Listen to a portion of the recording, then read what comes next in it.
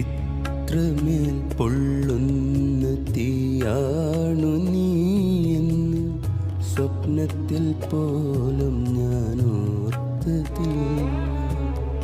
നിനയാതെ നേരത്തും ആളിപ്പടരുന്ന ഗാഢമായുള്ളൊരു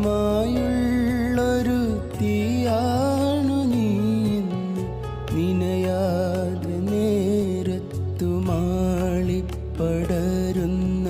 ഗാഢമായുള്ളൊരു തീയാണു നീയെന്ന്. ഇത്രമേൽ പൊള്ളുന്ന തീയാണു നീയെന്ന് സ്വപ്നത്തിൽ